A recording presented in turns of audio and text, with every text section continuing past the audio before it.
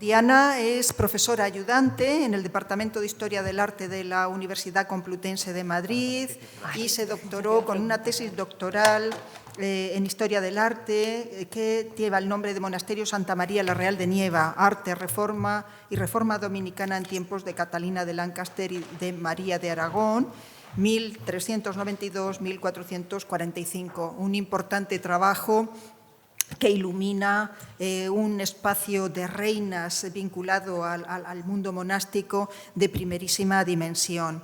Diana Lucía también ha realizado estancias de investigación en centros prestigiosos como el Barbour Institute o el Departamento de Historia del Arte e Espectáculo de la Sapienza de Roma, y forma parte de dos proyectos de investigación, de varios proyectos de investigación, dos que guardan relación con mi propia tarea académica, Las mujeres en las monarquías ibéricas, Paradigmas institucionales, agencias políticas y modelos culturales, y Claustra toledana sobre el patrimonio material e inmaterial de los conventos de Toledo.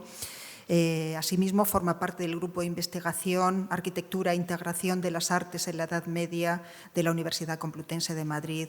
Ella ha sido también docente en el Centro Superior de Diseño de Moda de Madrid, y de ahí se deriva una interesante línea de investigación en la que está realizando aportaciones de gran interés sobre la moda como lenguaje artístico, lenguaje cultural y como lenguaje social.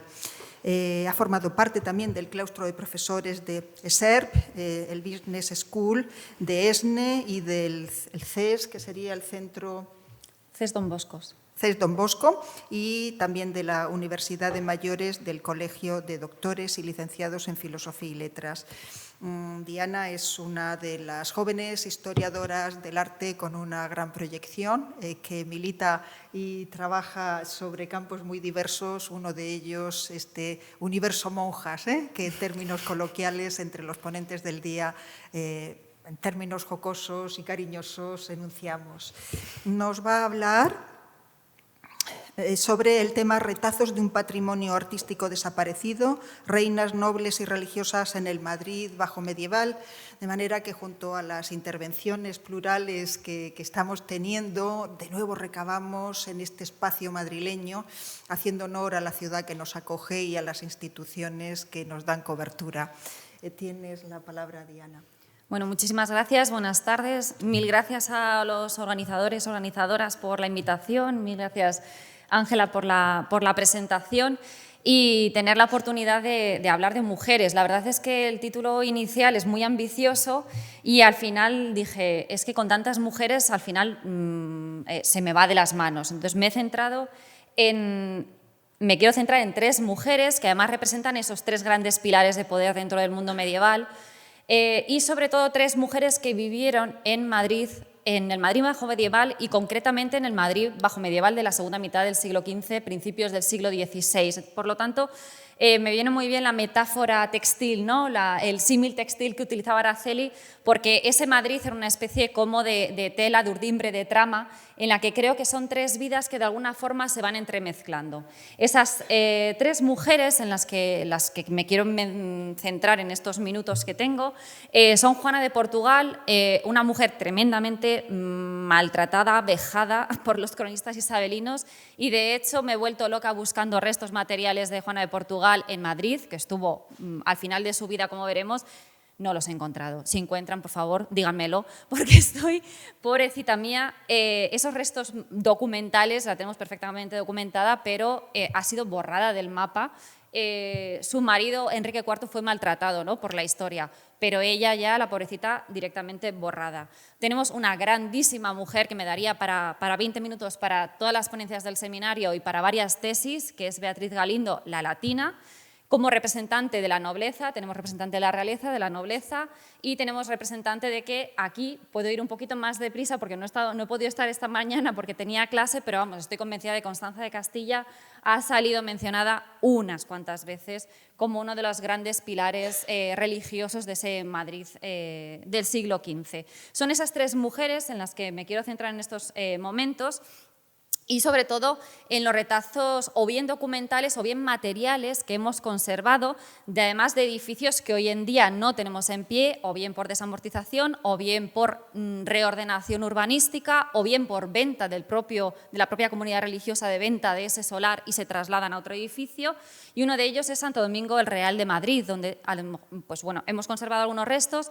La Madonna de Madrid, por ejemplo, la siguen teniendo las herederas de ese legado dominico en la actualidad, como dentro de clausura, y, como saben, pues varios restos que tenemos en el Museo Arqueológico Nacional. Además, una mujer, Constanza de Castilla, vinculada también a un mundo muy femenino, como no podía ser de otra forma, además de la misma familia, y sobre todo pues, a una reina a la que tengo especial cariño, que es Catalina de Lancaster, ¿no? La primera vez que aparece documentada, además, aparece bajo la sombra, ¿no? La enorme sombra y alargada sombra de Catalina de Lancaster. Y tenemos pues, algunos restos que, como les digo, he intentado ir rastreando. Tenemos este precioso plano de Teixeira del siglo XVII, que es una auténtica joya y además está digitalizado a una enorme resolución, que es maravilloso, en el que podemos ver dónde vivió Constanza de Castilla, porque además Constanza de Castilla era una mujer de armas tomar, o sea, para ser priora tantos años además, y además de sangre real.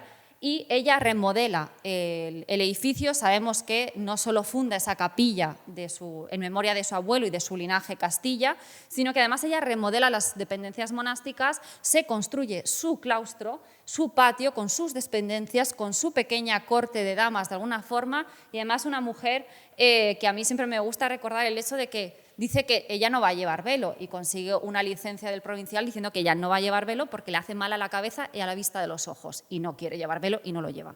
Entonces, realmente esas mujeres que reivindican de alguna forma ese papel. Tenemos, por ejemplo, en esta planta del convento del siglo XIX, como les digo, es un edificio que no conservamos, en el que ya vemos ese espacio que ella se reserva dentro de las dependencias conventuales, un espacio femenino y un espacio sobre todo de poder, porque desde ahí sí que gestionaba, vamos que sí gestionaba y administraba todo absolutamente dentro de esos espacios. Y sobre todo la labor también que decía Araceli, la labor memorial que tienen las mujeres muchas veces.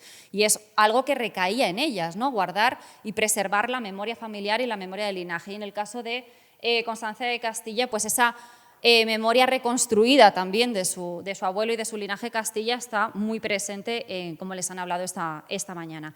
¿Qué restos tenemos de esa labor memorial? Pues afortunadamente tenemos esos restos que se preservan y además están expuestos en el Museo Arqueológico Nacional. Esa escultura orante, en origen orante, pues no lo sé, porque Ángela Franco ya se cuestionaba el hecho de que si podía ser o no una escultura en realidad yacente. La verdad es que está muy embarada, entonces posiblemente a lo mejor se pudo haber reconvertido en un orante, y de hecho tenemos dentro de las constituciones de la propia capilla se nos dice que esa era una imagen que estaba cubierta generalmente con algún tipo de paño rico y que se descubría, lo cual se solía hacer con las imágenes yacentes. Por ejemplo, en la Cartuja de Miraflores está documentado el hecho de que el sepulcro de los reyes no siempre estaba a la vista, estaba cubierto de un paño rico de oro y luego se descubría con motivo de algún tipo de celebración litúrgica.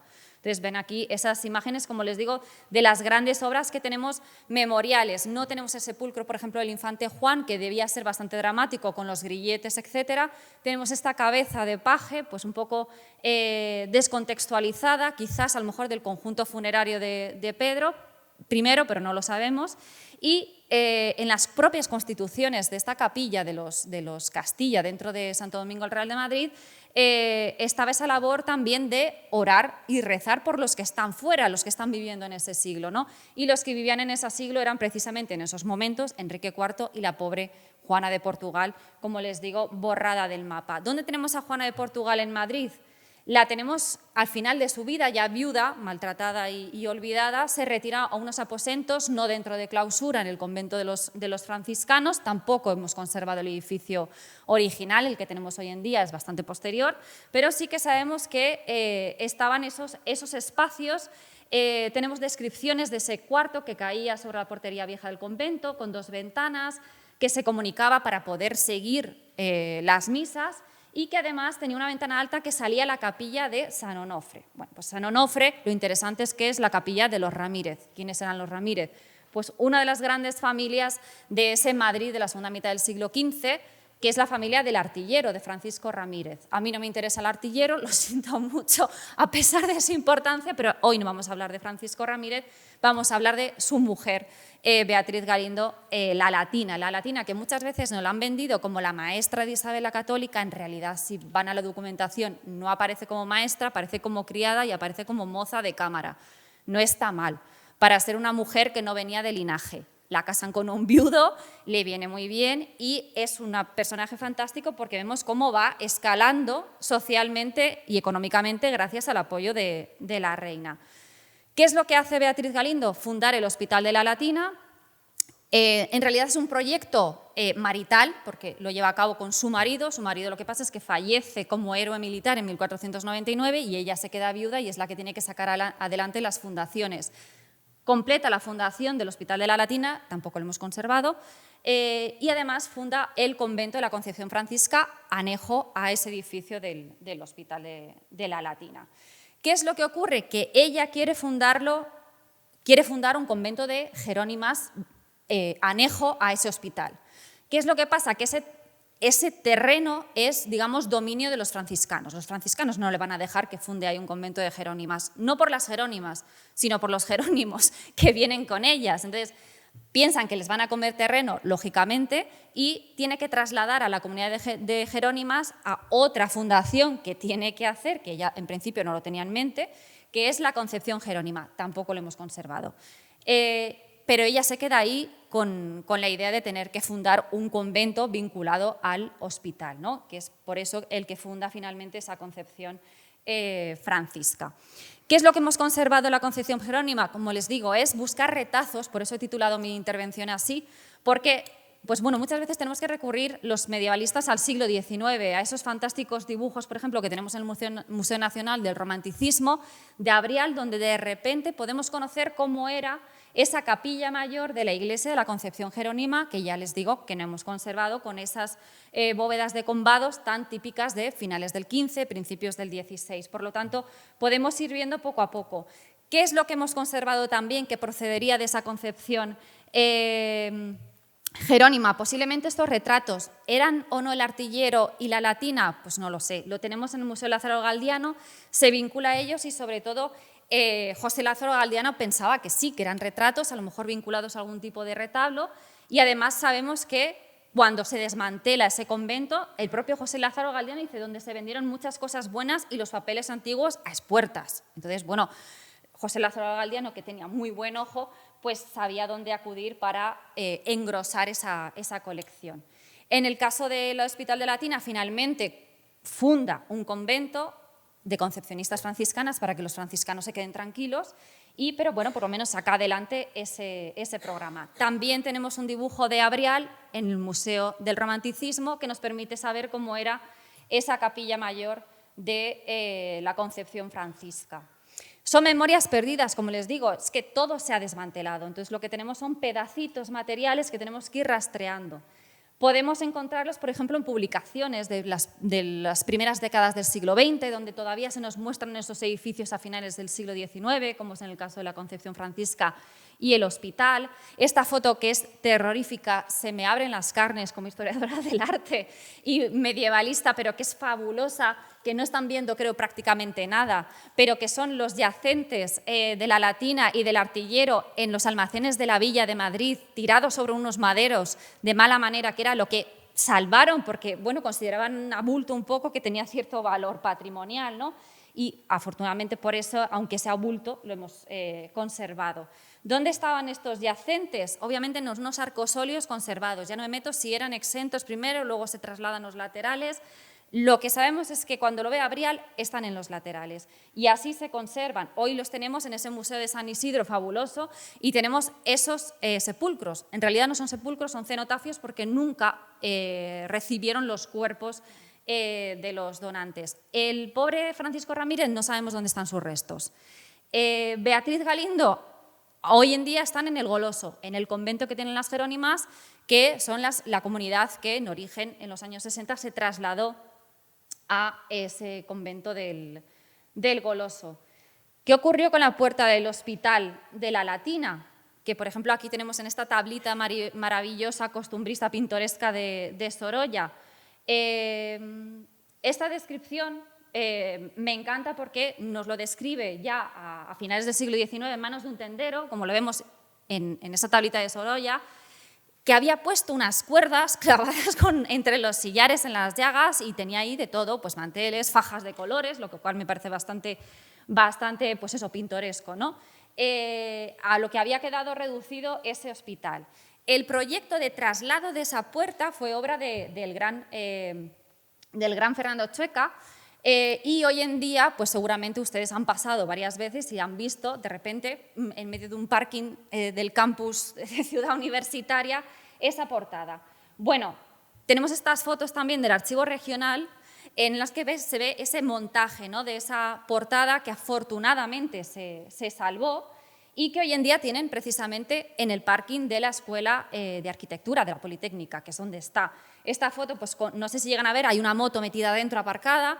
Bueno, he visto que mucha gente se queja de que no es lugar para que esté. Bueno, se ha salvado, algo es algo. Luego ya todo, a partir de ahí todo es mejorable, pero por lo menos tenemos ese retazo, ¿no?, ese resto material de esta memoria. Se salvó también la escalera, en realidad lo que es la balaustrada. Tanto los cenotafios como esta balaustrada estuvieron en la hemeroteca, en la antigua hemeroteca. Hoy en día las tenemos, ven, remodelada porque se han reconstruido los pináculos, y tenemos esta escalera en lo que ahora mismo es la Real Academia de Ciencias Morales y Políticas de Madrid, que todavía, pues bueno, hemos preservado esa memoria. Sabemos cómo era, por ejemplo, el claustro de la Concepción Jerónima a través de estas fotos, como les digo, una labor del Archivo Regional de Digitalización que de verdad agradezco como historiadora del arte porque es, digamos, valiosísima esa labor que han llevado a cabo, y que además esa Concepción Jerónima vendieron el terreno, se trasladaron a la actual Ortega y Gasset, fijaron ahí un convento y luego finalmente se volvieron a trasladar a El Goloso, a unos terrenos que eran propiedad del, por aquel entonces, duque del Infantado, que además su hija, Cristina Arteaga, había profesado en ese convento. Y se construyó en ese segundo solar del convento el edificio Beatriz. Mi padre trabajó aquí, yo no sabía por qué se llamaba el edificio Beatriz y ha tenido que pasar unos cuantos años para saber que se refiere precisamente a Beatriz Galindo. Como les digo, en este caso, la Concepción Jerónima también tiene sus cenotafios, que son los que se llevaron las jerónimas con ellas, y están esos cenotafios que aquí los vemos in situ, en esas fotografías de la Concepción Jerónima, y que hoy en día están en el convento de las Jerónimas del Goloso, que es un poco las herederas de esa misma comunidad con el paso de los años. Ya son unos cenotafios renacentistas de la década de los años 30. En el caso de Santo Domingo el Real de Madrid, en realidad tampoco, como les digo, no lo hemos conservado. No hemos conservado nada del edificio, salvo los restos escultóricos que les he mostrado, en el que además está el sepulcro, esto sí, de la propia Sor Constanza. No solo va a dejar memoria de su abuelo y de su padre, sino también de ella. Lo que pasa es que ella, como priora, se entierra en el coro, que es donde le corresponde. ¿Y qué ocurre con el convento de San Francisco? Pues como les digo, no lo hemos conservado, el edificio que tenemos hoy en día no es obviamente el original. Tenemos esas fases constructivas y se produce la demolición completa del edificio ya en el siglo XVIII, en la década de los años 60. Por lo tanto, la pobre Juana de Portugal es borrada del mapa definitivamente, porque ni siquiera se custodian sus restos. De Madrid al cielo, porque las tres mueren en Madrid. Juana de Portugal en el 75, Constanza de Castilla, como ya saben, en el 78, y Beatriz Galindo, la que sobrevive a todas, a su marido, a sus hijos, hasta el 35. En el caso de Juana de Portugal, sabemos que estaba enterrada en la Capilla Mayor, con una imagen conyacente, pero muy maltratada, reconvertido su sepulcro en un arcón pequeñito que acaban empotrando en el muro y tapando con el altar, con el retablo, y colocan un altarcillo delante, bueno, por hacerle alguna misa a la mujer, pero vamos, poco más. Como les digo, gracias a estos escritos del siglo XIX, pues tenemos el epitafio, tenemos más o menos como podía ser, pero algo como muy discreto. De hecho, ese real cadáver con la cabellera intacta, porque abren los restos cuando lo trasladan, pero como les digo, al final se queda en polvo, como el propio edificio. Y como les decía, pues esos mármoles repartidos incluso por la portada, dicen que reutilizaron la adyacente para una imagen mariana, lo cual, vamos, no se lo cree nadie, y menos Juana de Portugal, que lo iban a utilizar para una imagen mariana, pero colocar ese altarcito. En el caso de Constanza de Castilla, como les digo, se enterró en el coro, no como cualquier priora, normalmente se hace una revisión de las prioras, se enterraban llanamente con una losa, no, ella quiere un sepulcro monumental porque tiene un mensaje que lanzar a sus hermanas, ¿no? Como ese magisterio espiritual, pues creo que tenía muchas cosas que decir, y hoy en día en el arqueológico los tenemos a la vera de su abuelo, tenemos ese sepulcro maravilloso de Constanza de Castilla. ¿Por qué digo maravilloso? Porque es maravilloso, aparte por ese emblema heráldico de los Castilla y aparte por la iconografía, que no me voy a detener porque incluye las virtudes. Las virtudes eran un motivo iconográfico masculino, porque los virtuosos eran hombres. Y a partir de estos momentos empiezan a cuestionarse a ver si las mujeres también van a ser virtuosas.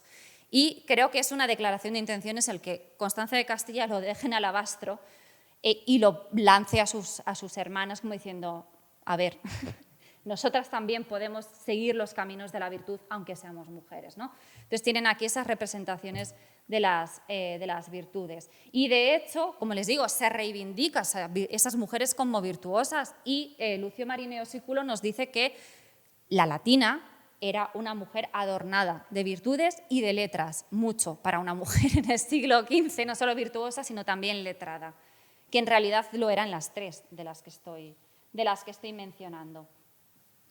En el caso de la latina, se manda a enterrar en su monasterio de la Concepción Jerónima, llanamente, eso sí, como se hace cuando muere un pobre de los que mueren en el hospital. Entonces ella quiere pasar desapercibida, casi no dejar rastro de su memoria. Y de hecho, ¿qué hemos conservado de esas capillas, de esos objetos personales de estas mujeres? Ya les digo, de Juana de Portugal nada. O sea, yo me he vuelto loca preparando esto, no he encontrado nada. Por favor, como les digo, hago un llamamiento público, si encuentran algo de Juana de Portugal, me lo dicen. Sabemos que tenía unos tapices, claro, en sus aposentos los tenía en condiciones, con unos tapices, con un cáliz de su oratorio con las armas de Castilla y Portugal. En el caso de la latina, estos son imágenes de su testamento, nos dice que tenía cosas en los aposentos que tenía en el hospital, porque es donde se retira a ella a vivir, rodeada de los enfermos y de los pobres con una serie de beatas un poco a su servicio, y lo que quiere es pues, dejar una serie de objetos que ella tiene en esa capilla personal. ¿Cuál es el problema? Esta maravillosa tabla de la que estoy enamorada, que es esta Virgen de la Leche de Pedro Berruguete, ¿qué hacemos con ella? ¿Era Beatriz Galindo? No lo sé. Lo que está claro es que estaba en el Hospital de Latina. Eso lo sabemos porque tenemos descripciones del 19 en el que se menciona, por la calidad extraordinaria de esta imagen, esta tabla. ¿Era de Beatriz? ¿Lo encargó Beatriz Galindo? Ojalá. Todavía, yo estoy detrás de ello, no lo he conseguido y doy las gracias al personal del museo que me facilitase esta maravillosa imagen con tan buena resolución.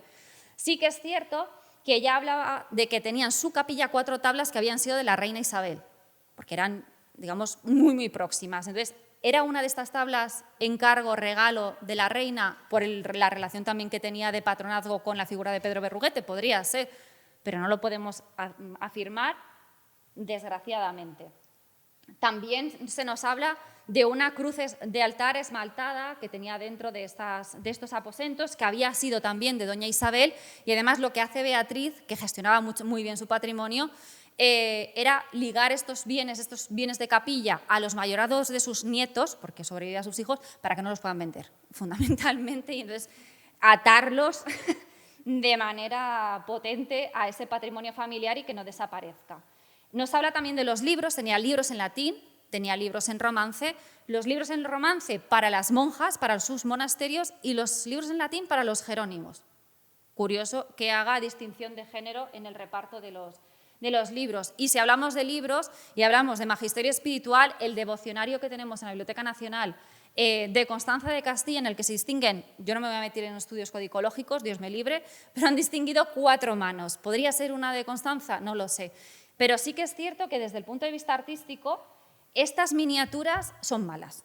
Malas en el sentido de que si lo comparamos con lo que se estaba haciendo en el siglo XV, es muy naif, muy inocente. ¿Podrían ser religiosas que están iluminando el propio devocionario de Constanza? Yo creo que sí, porque vamos, dentro de un entorno regio como era el de Constanza, hacer estas iluminaciones se muestra mucho cariño, pero poca técnica en ese sentido.